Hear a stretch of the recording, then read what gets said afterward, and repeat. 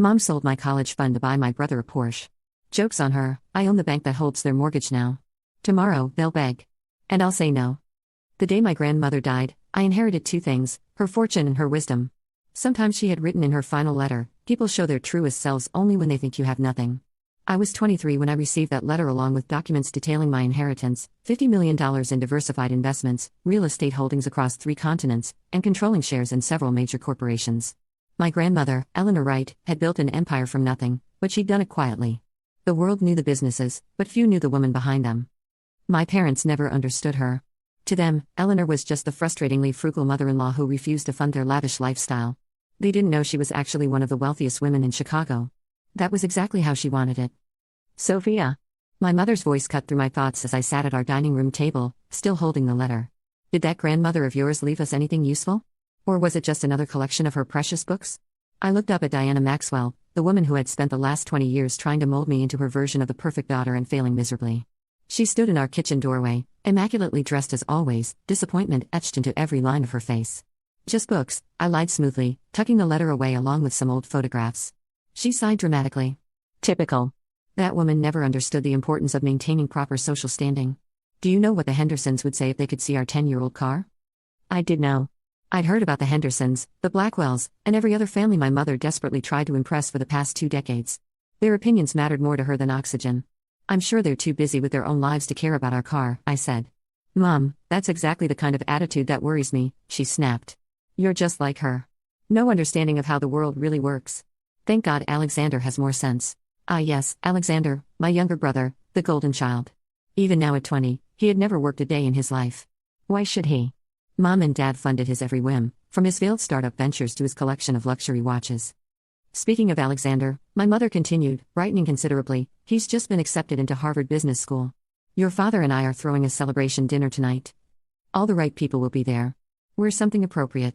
Her eyes swept critically over my simple dress and minimal jewelry. I nodded, not mentioning that I'd graduated from Northwestern's business school last year. There had been no party for that. Instead, my parents had spent that weekend at Alexander's amateur golf tournament. Later that evening, I sat in my small apartment above the bookstore where I supposedly worked, reviewing my grandmother's documents. The bookstore job was actually a front. I owned the building and 3 others on the block through one of my grandmother's holding companies.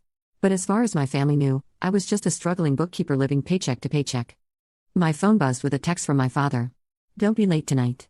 The Blackwells are bringing their son, James. Wear the blue dress your mother bought you." James Blackwell. Of course, they were still trying to orchestrate that match. Seeing him as my ticket to proper society. If they only knew that I could buy the Blackwells' company 3 times over. I arrived at my parents' house precisely on time, wearing a simple black dress instead of the gaudy blue one my mother preferred. The valet gave me a sympathetic look as I handed him the keys to my modest Honda Civic. Inside, the house was transformed. Crystal champagne flutes caught the light from the grand chandelier. Elegant flower arrangements adorned every surface, and the air was thick with expensive perfume and pretension. "Sophia." My mother's voice carried across the foyer, tight with barely concealed irritation. "I thought I told you to wear the blue dress." "This one was clean," I replied simply. She closed her eyes briefly, gathering patience. "At least try to make a good impression on James. His family's company is very successful." I bit back a smile, remembering the report on my desk about Blackwell Industries' recent financial troubles.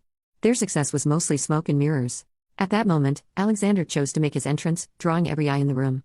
He wore a perfectly tailored tuxedo that probably cost more than my supposed monthly salary. "There's my boy," our father boomed, clapping him on the shoulder. Harvard Business School's newest star.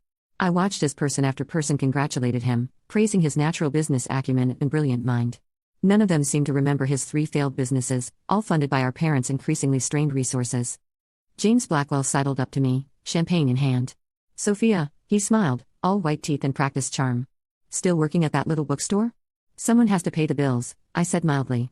He laughed as if I'd told a particularly amusing joke. "You know, my family's company always has positions available for motivated individuals. I'll keep that in mind." The evening continued in this vein, a parade of wealth and subtle condescension. I watched my parents fawn over Alexander, making endless excuses for his past failures while pointing to his imagined future successes. But beneath the sparkle and shine, I could see the cracks.